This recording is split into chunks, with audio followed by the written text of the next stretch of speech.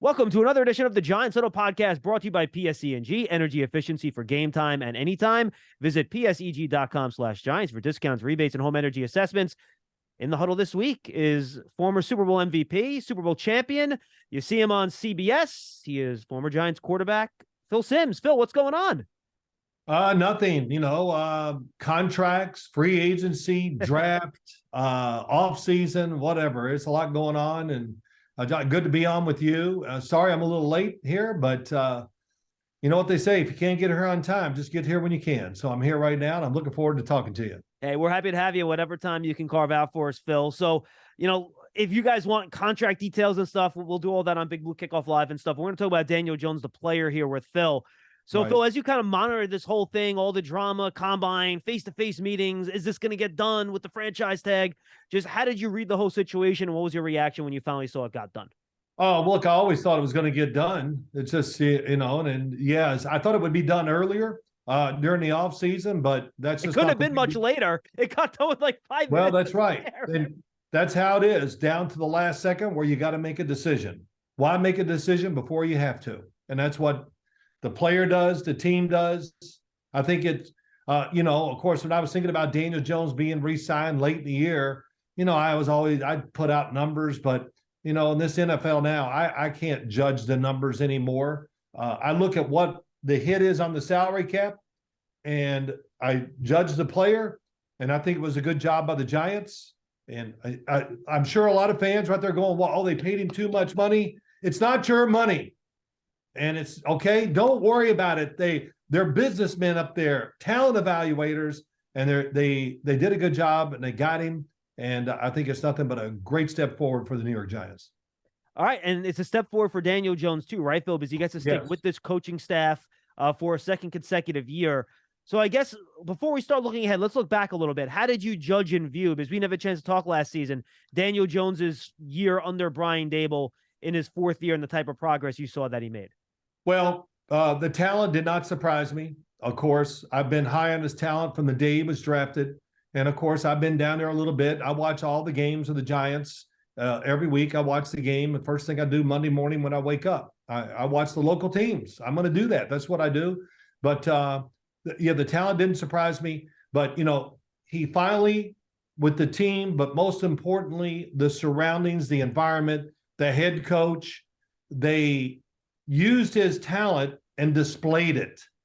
So I thought it was tremendous.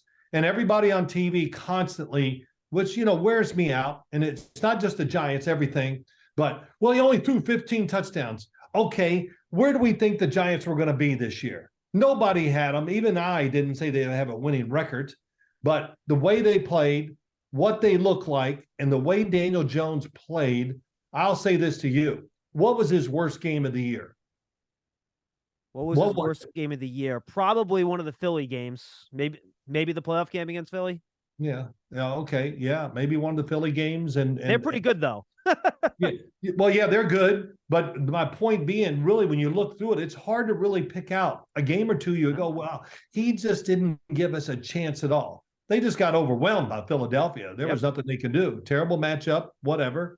But, I thought he was really sharp. I think the running was even better than I expected. But the quality of his arm, he's never going to be the top 5 or 6, throwing quarterback that some of these guys are. But he is a really good thrower. Is he good enough to win playoff games? Well, he already has. And to take the Giants farther physically, and I think we saw it mentally, yes. And I had a couple people, I won't even say their names, just couldn't get over his accuracy. Daniel Jones does not miss. And I never hear that by anybody that's out there. It's all, well, he's not throwing, at least he's not turning the ball over, because the narrative has been so bad that nobody can ever flip the switch. And how about Tua down in Miami, John, just to say this real quick. We don't like him at all. Oh, new coach, new system. Oh, Tua's great. So see how quick it can change, judge the talent. And now we need the coach, the GM, and all them to do their job to bring it out. Sorry for the long answer. No, that's a great answer, Phil. And then, I think you mentioned it in your answer there. He just cut back on his turnovers too, right? He didn't fumble as much. He didn't throw. He had the lowest interception rate in terms of interceptions per pass attempt in the league. And I think that was linked to something else you mentioned, the running, right? They were so willing to use his legs if the open option wasn't there to pick up. And he picked up so many key first downs with his legs over the course of the year. And, you talk about 15 touchdown passes. Well, add the 7 rushing touchdowns to that, and the number looks a lot better, pretty quickly too. So what do you think the key was to him kind of reducing those turnovers, which is something that plagued him his first few years in the league? Well, that's the coaches. And you get a different mindset. And the play designs, very clear. Here it is. Now, he made a lot of tough throws. Oh, my gosh. You look at it, so many footballs that they're tipped because it was they were almost contested catches a lot of times. If somebody gets her, you get unlucky sometimes as a quarterback. And for him, he did not get unlucky too much this year. That's one thing. But the turnovers, yes, the system, the environment that he was playing under, and Coach Dable, and of course he knew too, which puts you more on high alert, that turnovers will not be accepted here. And they coached him hard during the offseason, during the preseason games, everything. I think we saw all this in preseason football by the Giants, and they carried over to the regular season. And for them too, John, the last thing, getting off to a good start when there's a new coach, we have questions about the quarterback, all that. Man, all of a sudden you walk into the Giants facility, it's just a different vibe. And, everything kind of went their way this year, and I hope they can improve on it next year. Now, what's the trajectory now, Phil? Where do you think Daniel can take that next step, being in this system for a second year with the same coaches, et cetera, et cetera, et cetera? Give him more help. Okay. Yeah. If he gets more help, the coaches are going to be more creative, design more stuff, look for bigger plays, ways to score more points. Instead of going out there, you're always trying to score points, of course, but they had to managing the game. I could only complain once or twice all year long where I disagree with Coach Dable, what he did. But man, when you get through a year with a head coach and you only disagree a few times with their decision-making in game situations, then that's a great year for the coach. But I think you give him a little more talent, it's going to change his decision-making, the way we judge him, the way he plays the game, because he's going to see more open receivers than I think he saw this past year. How do you think they should best build around him then? Because I think one thing, Phil, that we saw last year, he didn't throw the ball down the field a ton. And I think that was a product of his receivers. One, I think two, also his protection, right?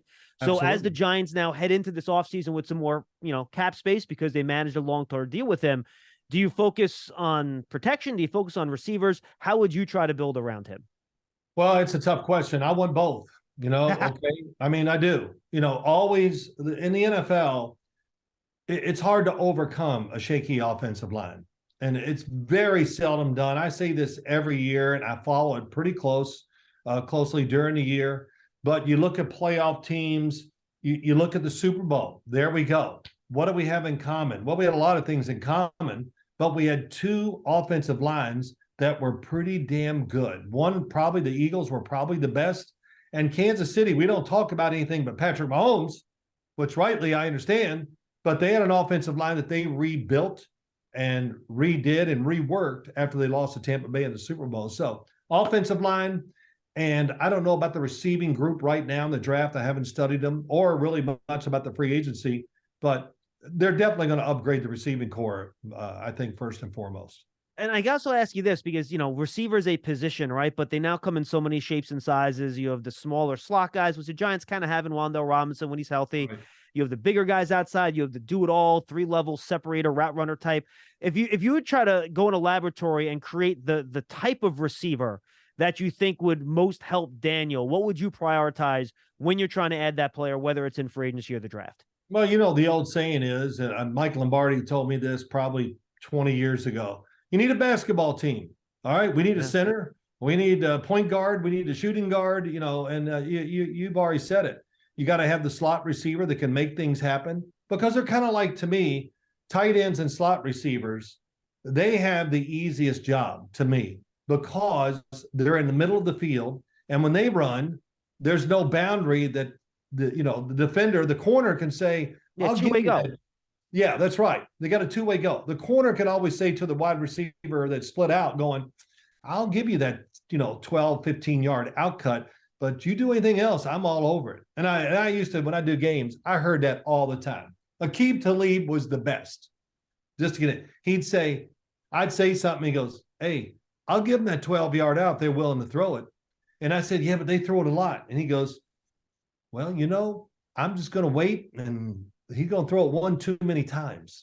And, that was the whole thing about it, that I'll give you a couple of those, but I'm going to give one sooner or later. And what do you do then? So that's kind of how I look at that. But yeah, so the slot receiver, the tight end position, really big, but there's nothing like having that one guy outside that you got to think about double covering, right? And put a little more focus on him, which, the old cliche, opens it up for other people. So, and then how does speed, Phil, the ability to win over the top, to put the fear in those safeties, help a quarterback and the offensive scheme in general open up that middle of the field, which is really where so much of offensive football now is focused? Yeah, it really is. It's amazing how over the ball, inside throwing that it's in the league right now.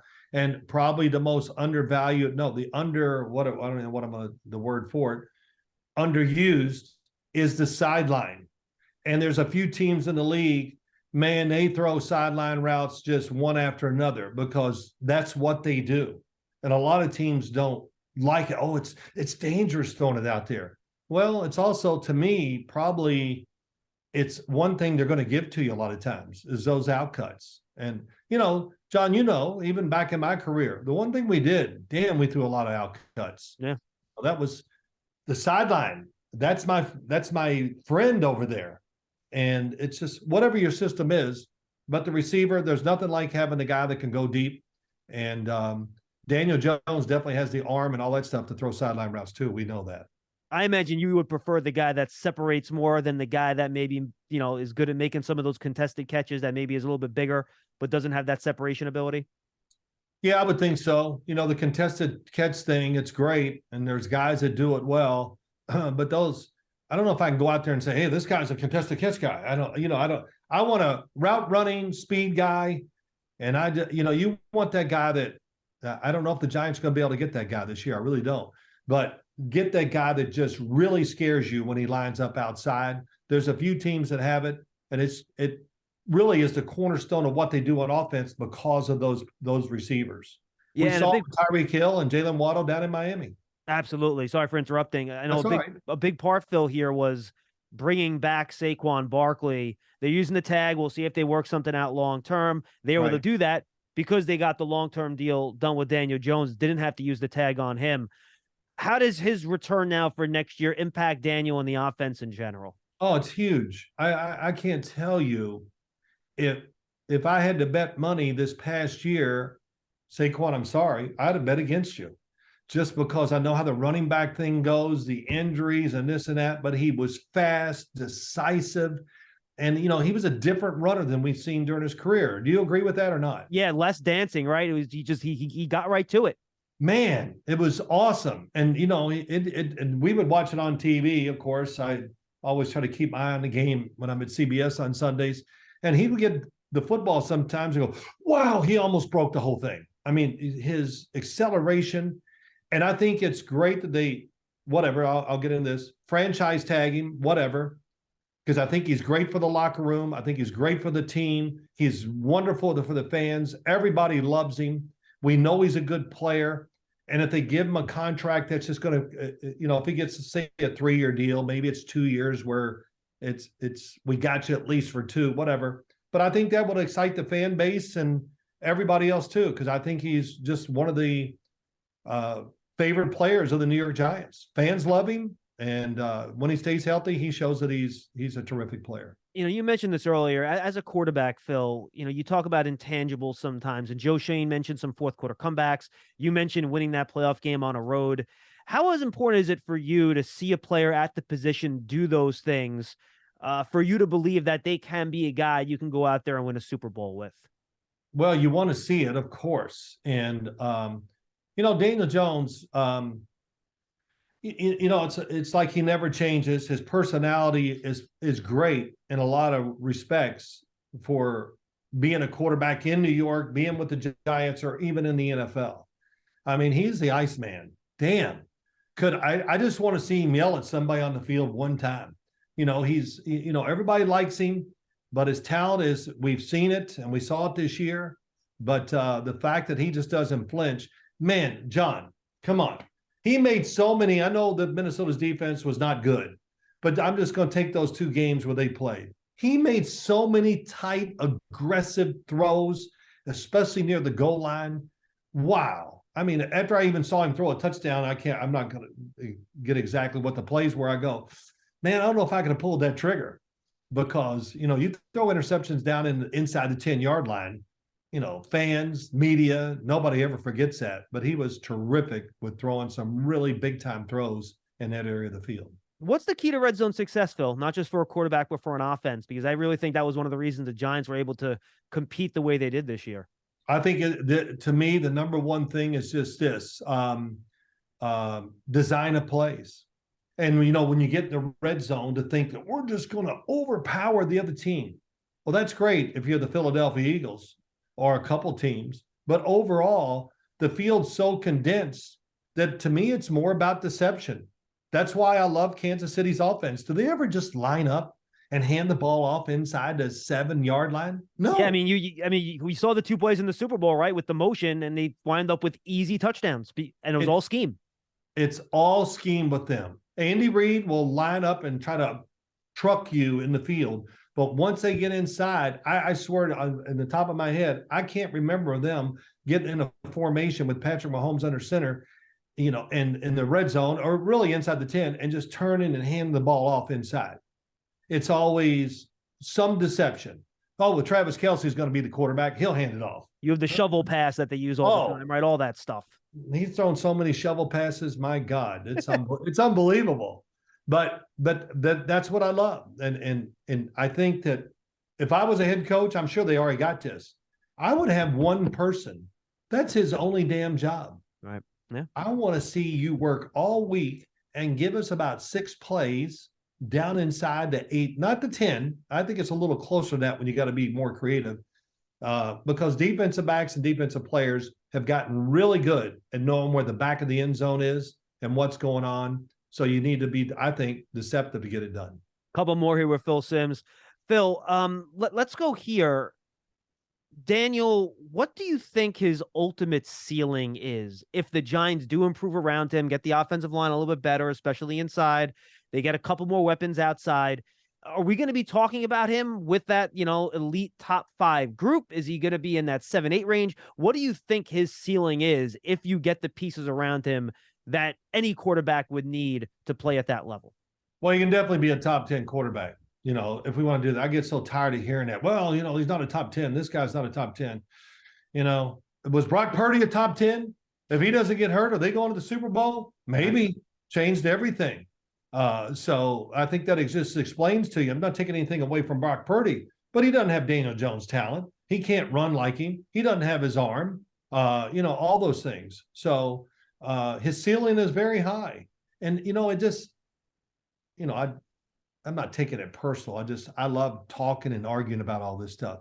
But, all we've heard since I watched TV this morning and everything, well, Daniel Jones only threw 15 touchdowns last year, so they're paying for just 15. And I just want to go, oh, that is such a misconception about who he is and what went on this past year. And I wish I was sitting next to you, because we would argue out loud. It's just, now when we don't like the guy or we want to argue, we go to a number. Well, we don't talk about over 700 yards rushing, do we? All the movement, all that. No, 15 touchdowns. Well, next thing I want to hear, what was his damn quarterback rating? Oh, that's right. I don't care. I don't want to hear it. As soon as you talk about quarterback ratings, I turn over. So, that all that stuff is so, as we've seen, we saw with Daniel, we saw it with Tua, we see, Josh Allen, Dable got him more accurate, whatever. Well, can't we give the guy a little talent that he figures it out? And, when you're a great talent, you usually can adjust and do what you need to do to make yourself a better player. So I get annoyed by a lot of stuff, as you can hear, John. That's why I love having you on, Phil. Basically, it's an airing of grievances, and I'm here for it. Yeah. Okay. Yeah, I know. Unfortunately, I was kind of that way as a player.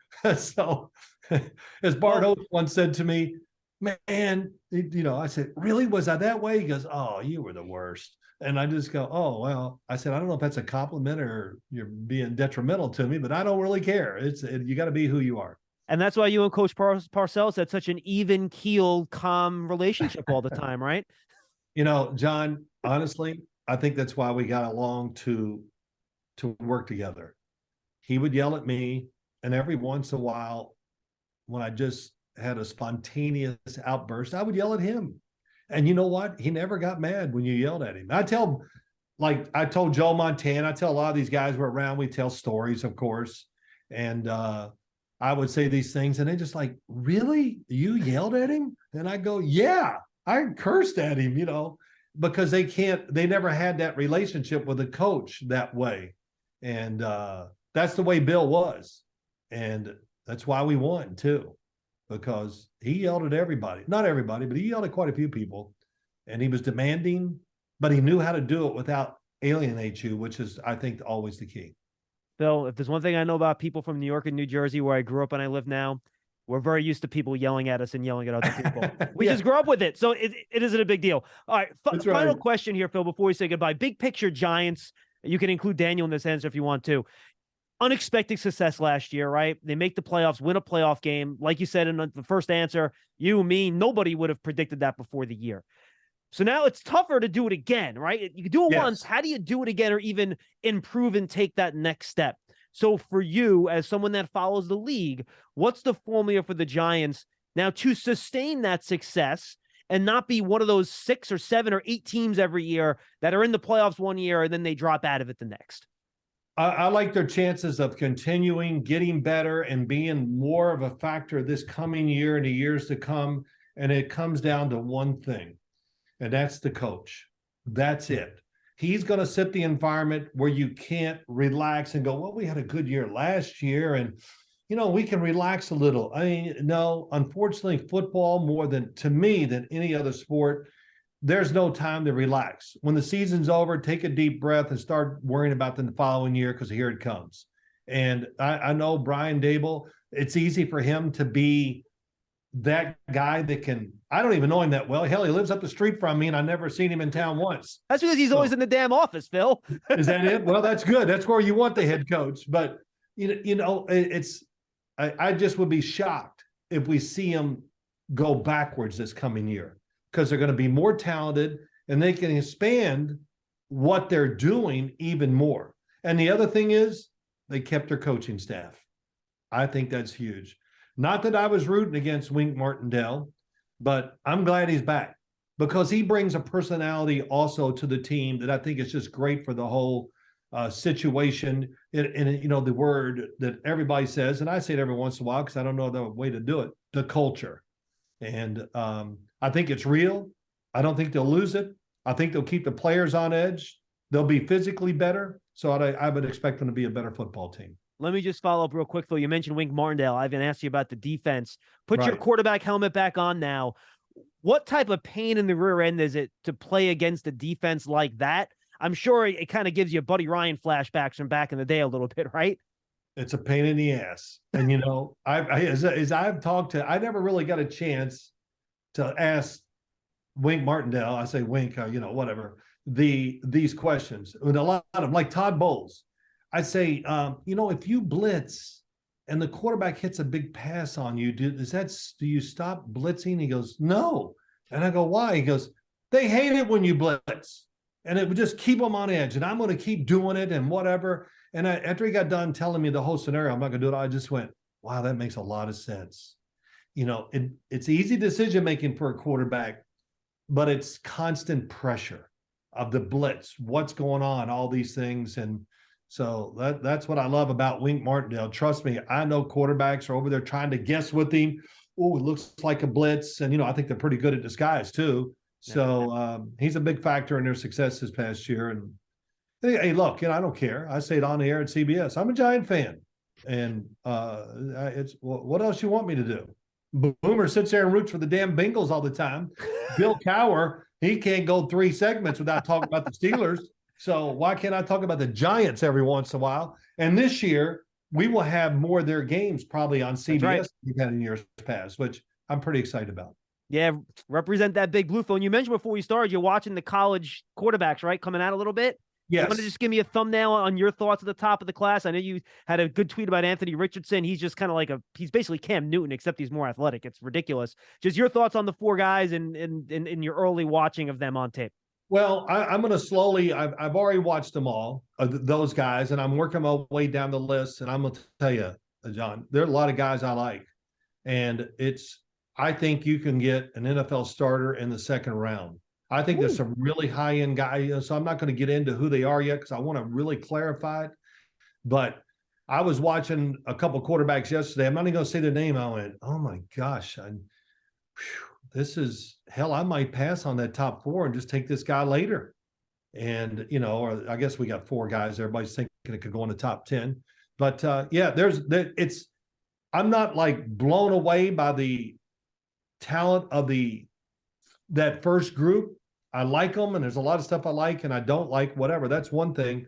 But I'm really caught by surprise with the talent and some of the other guys. So it's a deep draft as far as that goes. And you're going to be able to get a backup quarterback, a potential starter for sure in the second round, maybe late first. So we could have more than 4 or 5 go in the first round. It'll be interesting. So I'll get back with you as we do this, get a little closer, and I'll try to put them in order. But I'm going to talk a lot about them, that's for sure, here coming in the future. Hey, can't wait to hear it, Phil. Good stuff. Yeah. Thank you so much for the time. And let's talk again real soon, all right? John, you're the man. All you got to do is call me. I know I was late today, but thanks for being patient. My son, like I said, what do I say about my son, Chris? Well, he's a pain. Dad, can you do the podcast? I go, yeah, I didn't know we were going to be on for 2 hours, but that worked out just fine. But it's good to do. Chris was on with us a couple months ago. I think it was right before the Vikings playoff game, actually. So, oh, really? Trust me, the Sims family are good friends of the Giants Huddle podcast. Thanks so much for being with us. All right, we'll talk to you soon, and we'll see you next time. As Paul, don't interrupt my closing of the show. Get out of here. Thanks for joining us in the Giants Huddle podcast. We'll see you next time, everybody. All right.